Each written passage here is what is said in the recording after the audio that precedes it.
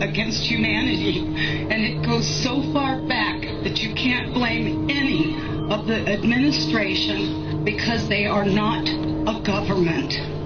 They are the United States Corporation.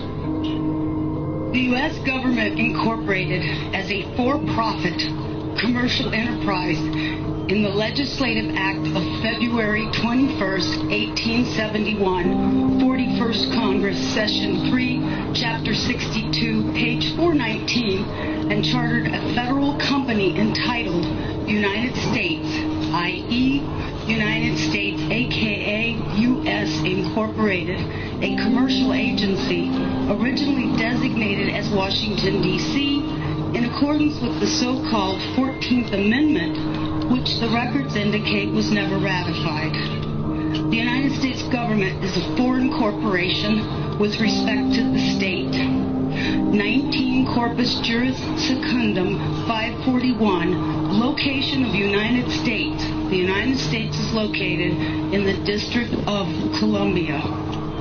Secretary of the Treasury of Puerto Rico was appointed receiver over the bankrupt United States in the Reorganization Plan number 26 in 1950. Title 5, United States Code, Section 903, Public Law 94-564. The Secretary of the Treasury of Puerto Rico, Title 27, Code of Federal Regulations, Section 251.11. The title, Secretary of the Treasury, is a euphemistic abbreviation of the actual title, Secretary of the Treasury of Puerto Rico.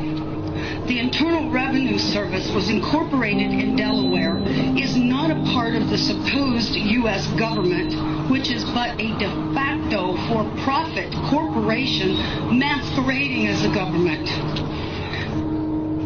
It operates out of Puerto Rico. This is the IRS. It's not registered to do business in any state, is the bookkeeping and debt collection arm of the Secretary of the Treasury of Puerto Rico. They collect for the International Monetary Fund.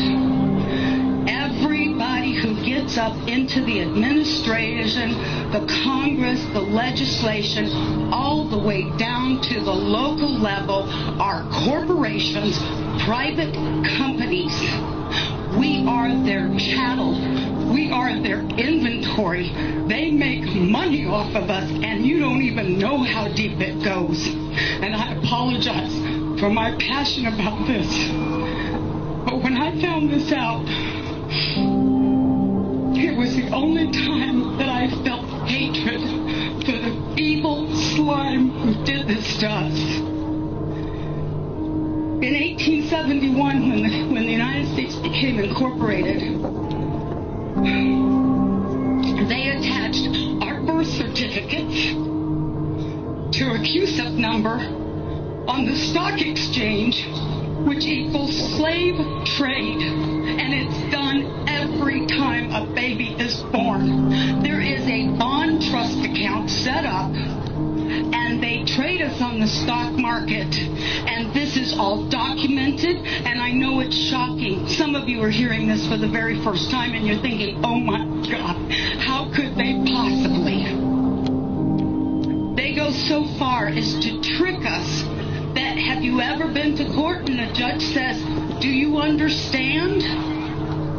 Don't ever say you do. Say, no, Your Honor, I do not understand. That simple little word doesn't mean what you think it does. You have just given him permission, if you say, yes, I do understand, that you're going to stand under whatever he wants to lay on top of you. The courts are admiralty courts. The judges, the attorneys, all belong to the Bar Association. It's still a little bit vague as to what bar stands for, but we do know the first word is for British.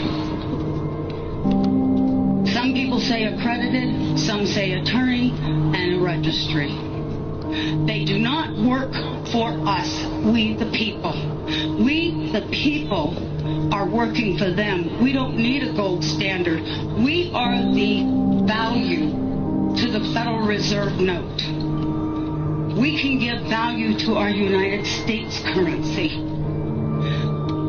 The Constitution that they're teaching today, as wonderful as it is to learn about a big portion of it, it's not the correct Constitution. It's actually a second Constitution, and that's the one that they wrote when they went incorporated. In 1933, there was the Emergency Banking Act. You've got the War Powers Act, Trading with Enemies Act, and every year, the United States Corporation, masquerading as our supposed government, which is no more than elected officials like a CEO and the stockholders board for AT&T or Microsoft. So you're not voting for a legislation. You're not voting for a representative because each and every one of them are bonded under a United States corporation. There's 37,000 subsidiaries of that corporation. Every agency, when you look it up on Dun & Bradstreet, is listed as a corporation. It is a for-profit private company, and we are their inventory. I feel bad knowing that I've been enslaved all this time, and I'm sorry for the people during the civil rights, all the wonderful ones who were already in slavery, and they thought they were freed. We've all been in this boat together, and people need to really wake up, and we need to hold these corporate officials' feet to the fire and insist the corporation must be dissolved, the Federal Reserve must be banned from this country, and we must turn our system of judiciary back to a common law. If there's no harm, no loss, there's no crime. And everything else is a way to get you to pay. Even the court systems are hooked up to the CUSIP system. When you get a case number on a court document and you're being charged with something, why do you think they call it a bill or being charged?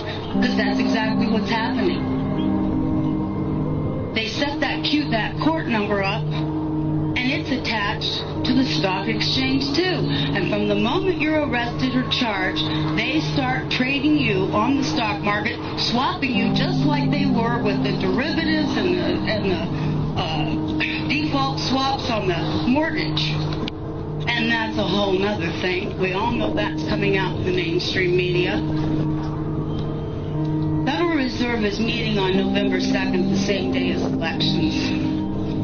All I can say is wait for the sky to fall, because they know their house of cards is tumbling in on top of them. And if I do nothing but go to my grave, I will see